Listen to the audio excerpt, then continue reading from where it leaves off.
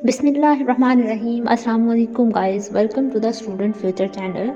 आज की हमारी वीडियो का टॉपिक है कि आपने किस तरह से अपने डॉक्यूमेंट्स अपोस्टाइल करवाने हैं जीके स्कॉलरशिप के लिए। तो जैसा कि आप इनकी गाइडलाइंस में देख सकते हैं कि रिक्वायर्ड जो सर्टिफिकेट्स हैं उनकी सबमिशन रिक्वायरमेंट्स के लिए जो वो डॉक्यूमेंट जो इंग्लिश या कोरियन लैंग्वेज में रिटन है ऑलरेडी, वो must be apostilled or confirmed.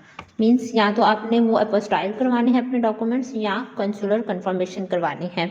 इसके अलावा documents in other languages must be submitted together with the certified translation in English और कोरियन। अगर तो आपके जो डॉक्यूमेंट्स हैं वो इंग्लिश लैंग्वेज में नहीं है या कोरियन लैंग्वेज में नहीं है तो आपने उसकी ट्रांसलेशन करवा के, लेकिन वो ट्रांसलेशन किसी सर्टिफाइड यूनिवर्सिटी से करवा के तो फिर उसको अपोस्टाइल करवाना है। Must be apostilled or consular confirm either original documents or certified translation।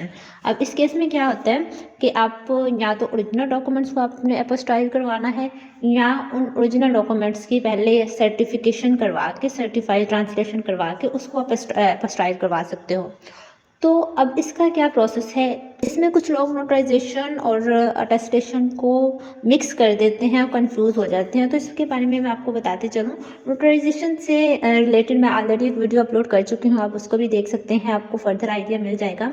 यहाँ पे अगर मैं आपको बताऊँ, सबसे पहले हम नोटराइजेशन की बात करें तो नोटराइजेशन सिंपली क्या है, आप किसी लॉयर के पास जाते हो, वो लॉयर जिसके पास ऑथेंटिसिटी है वो डॉक्यूमेंट्स को नोटराइज कर सकता है।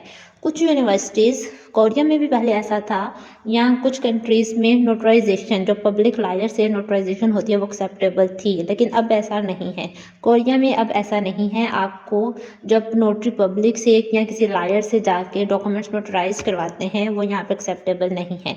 तो ये आपने गलती बिल्कुल भी नहीं करनी, ये नोटराइजेशन नहीं है। यहाँ पे इसको नेम तो एज नोटराइजेशन लिया जाता है, लेकिन नोटराइजेशन ये प्रोसेस नहीं है। एक्चुअली आपको करना क्या होता है, आपको अपने डॉक्यूमेंट्स अटेस्ट करवाने हैं कोरियन एम्बेसी से। अब वो कंट्रीज़ जो अपोस्टाइल कर सकती है डॉक्यूमेंट्स को, वो कंट्रीज़ वाले अपने डॉक्यूमेंट्स अपोस्टाइल करवा लेंगे।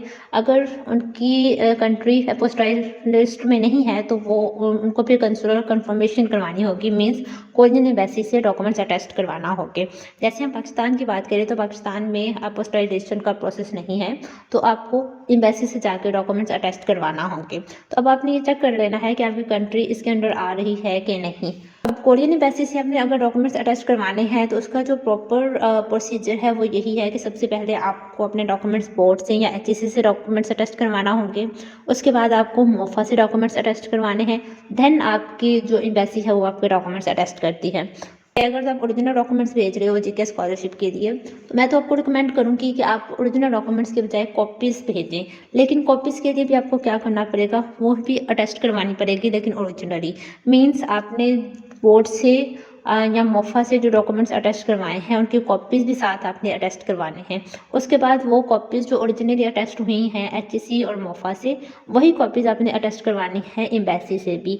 अदरवाइज़ एम्बेसी आपकी जो कॉपीज़ अगर मोफा और एचईसी से अटैच नहीं हुई तो एम्बेसी भी आपके डॉक्यूमेंट्स को अटैच नहीं करती। तो अगर आपको एम्बेसी से अटेस्टेशन करवानी है ओरिजिनली अपनी कॉपीज़ को, तो उसके लिए आपके जो डॉक्यूमेंट्स हैं वो मोफा और एचईसी से ऑलरेडी अटेस्टेड हों। देन आपकी कॉपीज़ को वो अटेस्ट करेंगे। वो कॉपीज़ आप फिर अपने जीके स्कॉलरशिप के लिए या फर्दर प्रोसेस के लिए आगे भेज सकते हैं। और वो जो कॉपीज़ ओरिजिनली अटेस्ट होंगी उसको ओरिजिनल डॉक्यूमेंट्स ही कंसिडर किया जाता है। तो ये तो प्रोसेस हो गया, इस तरह से अपने डॉक्यूमेंट्स अटेस्ट करवाने हैं या उनकी कंसुलर कंफर्मेशन करवानी है। ये देखिए यहाँ पे क्लियरली मेंशन है, if your country belongs to one of the member countries of the apostille convention submit your required certificates with apostille. Then आपने अपोस्टाइलेशन करवानी है अगर आपकी कंट्री कन्वेंशन का, देन आप आपको अपने डॉक्यूमेंट्स को अपोस्टाइल करवाओगे। अब यहाँ पे देखें लिखा है number of documents to submit.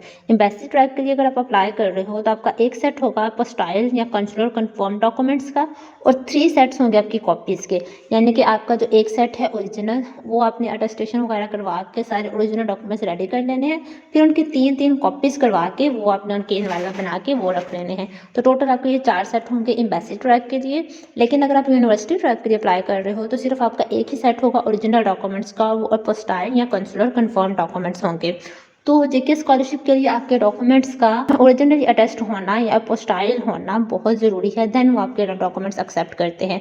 I hope कि आपको ये वीडियो अब क्लियर कर देगी, आपका नोटराइजेशन और डॉक्यूमेंट्स को अपोस्टाइल करवाने में अब कन्फ्यूजन नहीं होगी। अभी के लिए बेस्ट ऑफ लक। अल्लाह हाफिज़।